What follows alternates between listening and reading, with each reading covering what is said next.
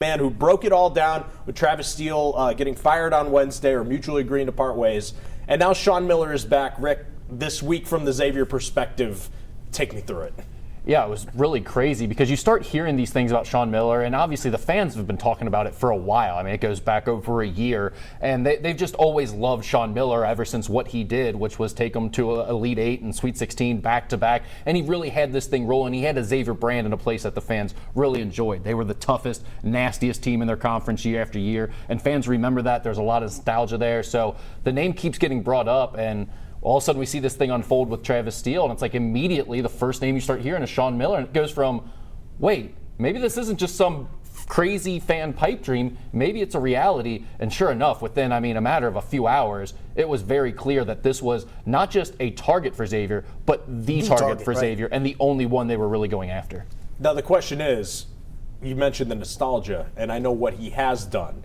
Is it nostalgia, or is it realistic that he can get them back there? Well, that's a good question. It remains to be seen, right? Because he is getting a little bit older and he has that tough, old school mindset, which it's a little bit hard to relate kids these days with that type of style of coaching. So we'll see. Maybe those last 3 years at Arizona weren't only about the FBI and NCAA investigations. Maybe it was that he was starting to slip a little bit. But I tend to doubt that. I think if you pulled the Big East coaches right now, everyone would tell you Xavier now has the second best coach in the conference. And that's because the guy at Villanova's got a couple national championships. It's hard to beat him. Yeah, it's hard to beat that one.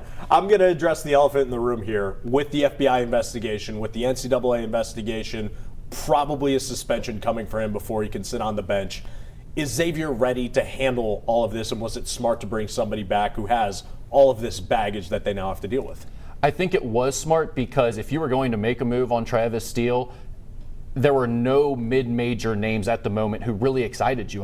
What guy were you going to bring in that in year one with no high major experience was going to do better than Travis Steele in year 5, 6, or 7, right? So I think when a guy with Sean Miller's cachet and his experience, you do feel like you have a guy that can immediately turn you around. Now, whether that happens or not remains to be seen, but I do think it was a good idea. In terms of the NCAA stuff, they were very thorough in vetting this. And while there were definitely some concerns, because you look at Mark Gottfried at NC State, who got an entire year show cause, Bruce Pearl only got 2 games. And he already had a show cause before that. So yeah, but when this first came about, he never got the show cause initially. Still hasn't gotten the show cause. So you would think at this point he wouldn't get one, right? I don't think they're expecting a 1-year show cause. In fact, that was said explicitly by the NCAA that that's not a likely punishment for him.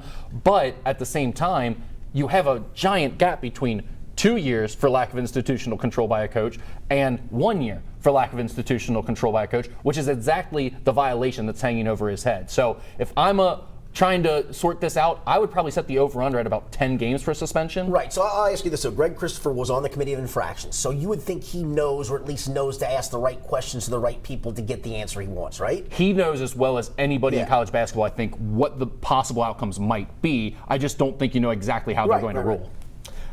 You have your ear to the ground. You know better than anybody. What are the current players, the roster situation? You think when a new coach comes in, guys are going to hit the portal. There were some questions overall. What do you think this team is going to look like roster-wise going into next year? It's going to look like a different team. And quite frankly, it needs to look like a different team. This team has not gotten it done. So there was going to need to be some restructuring, whether it was Travis Steele or Sean Miller. Now, the one really interesting piece is they had a big-time recruiting class coming in with 3 different guys already signed and committed. One of those guys, Tyrell Ward from the DMV area, has decommitted already, so he's already opened things back up. The other 2 are kind of in wait-and-see mode right now.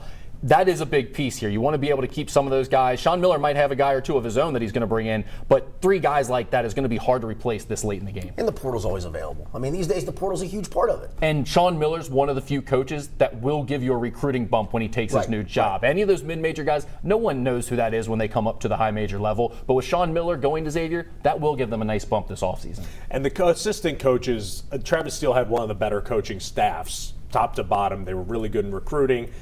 How many of those guys do you think are going to stay? Is he going to bring in a whole new thing? Because he has some connections with a couple guys, Danny Peters, Dante Jackson, on the bench already.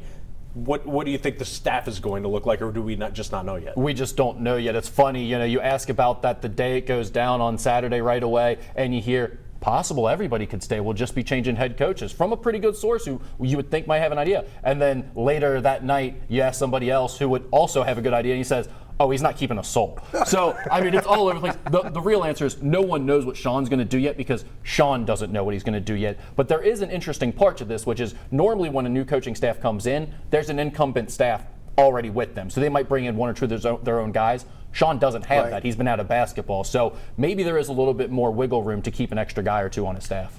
Best case scenario, worst case scenario for Xavier next year. What do you think? I'll ask both of you. Oh, best case is you go back to the NCAA tournament. I mean, worst case is you don't get any recruits and you do have a decommitment or maybe another one and you don't hit the ground running because you are kind of starting from scratch and you don't make the tournament, maybe even don't go above 500. I don't see that. That's so nuclear. I don't see it. But I also didn't see this nuclear option happening this year to not go to the tournament the way it unfolded. I have an even worst case scenario, and that's he gets hit with a 6-month or so suspension that comes down around November. Ooh. And now you just hired a new coach that you spent this money on, and you're basing your whole turnaround on a guy that's not going to be there for over half of his inaugural season. Ooh. That's going to make it tough. Now, I find that hard to believe that that's the way it'll play out. Because I think they had to vet that enough to know. You would think. Yeah. But it was definitely a concern. I mean, that's why there was a holdup in such a long process there when they were trying to get an offer to him. So that would be the absolute worst case scenario. I tend to think that won't happen, though. I think it's going to be a move that works out pretty smoothly for Xavier.